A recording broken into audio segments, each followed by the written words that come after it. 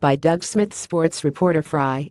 September 29, 2017 VICTORIA. The last thing the Raptors want Jakob Poeltl and Pascal Siakam to be is, unfortunately, exactly what they are. A couple of young and inexperienced big men are going to have to play well above their circumstances to provide Toronto with a solid backup front court behind Jonas Valanciunas and Serge Ibaka, a heavy request to make of the second-year players. There's a lot of development that was going on last year, and I kept that going over the summer, and I feel like we reached the next step. We reached a new level as a unit, and I think it's looking really good for this season, said the 21-year-old Poeltl.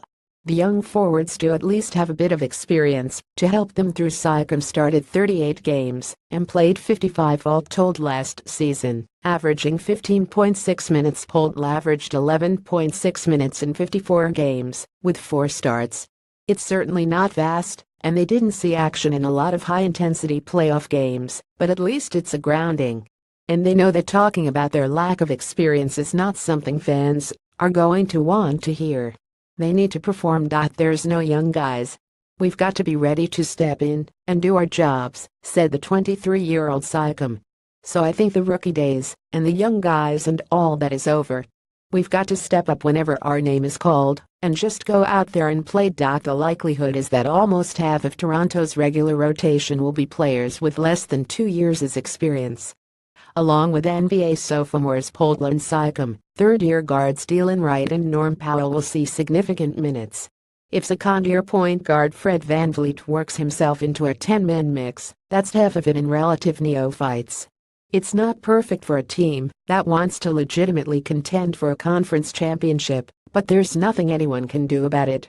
Team president Masai Ujiri has given the veteran core basically a 3-year window to see how it performs, but he needs to keep the kiddie core of backups around as the next wave of regulars.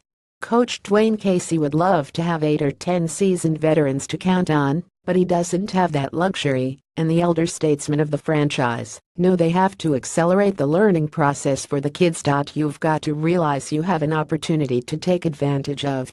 No more excuses playing that young card, DeMar DeRozan said.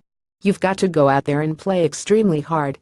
You've got the youth and the freshness and the legs and everything, and it's on us to really put that knowledge into their brains during training camp, during preseason, so that when we start they understand what it takes. Realizing the responsibility that was coming, the kids spent the summer working out together as often as possible.